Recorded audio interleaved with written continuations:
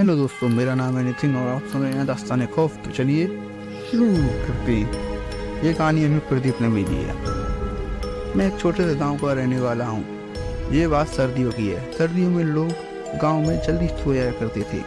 एक रात मैं और मेरा दोस्त शादी में जा रहा था। मैं तैयार होकर घर से निकल ही रहा था कि तभी दादाजी ने आवाज़ देकर मुझे बुलाया। उन्होंने मुझसे पूछा, कहाँ जा रहे हो? मैंने उनको सारी बात बताई। उन्होंने मुझसे कहा, किचन में जाकर लहसुन और माचिस जेब में रख ले, तब जाना।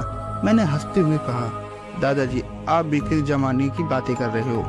दादाजी गुस्सा करते हुए बोले, तू जाकर लाता है कि मैं लाऊं? मैंने बोला, ठीक है लाता हूँ। मैं लहसुन और माचिस जेब में रखकर बाइक स्टार्ट की और अपने दोस्त के घर पहुँच गया।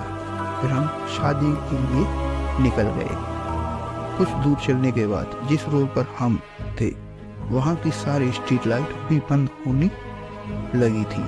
कोहरा खेतों में पसरा हुआ था। रोड पर कुछ भी नहीं दिखाई दे रहा था, सिर्फ हमारी गाड़ी की लाइट ही दिख रही थी।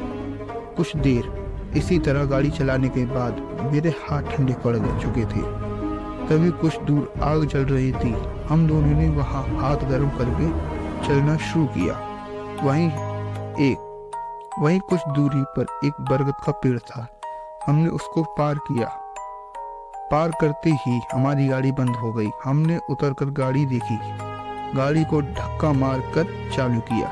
हम गाड़ी पर बैठ गए। करीब 10 मीटर ही गाड़ी चली थी कि कोहरे से कोई औरत अचानक हमारे सामने आ गई। उसको बचाने के कारण हमारी गाड़ी खेत में गिर गई। जब मैं संभला तो देखा कि मेरा दोस्त अपने पैर को पकड़कर चिल्ला रहा है। मैं उसके पास गया, उसको उठाया। उसके पैर में बहुत गहरी चोट लगी थी। उसको एक तरफ बिठाकर मैं रोड पर गया उस औरत को देखने के लिए। वहाँ कोई नहीं था। मैंने जैसे तैसे गाड़ी को रोड पर लाया और अपने दोस्त को गाड़ी पर बिठाकर वापस घर जाने लगा। तभी पीछे से किसी के चिल्लाने की आवाज़ आ रही थी। वो आवाज़ बहुत भयानक थी। मैंने पीछे मुड़कर देखा तो वही औरत थी। उसका चेहरा नहीं दिख रहा था। मेरी गाड़ी की स्पीड 50 किलोमीटर प्रति घंटा की थी। वो एक झटके में गाड़ी के सामने आ गई।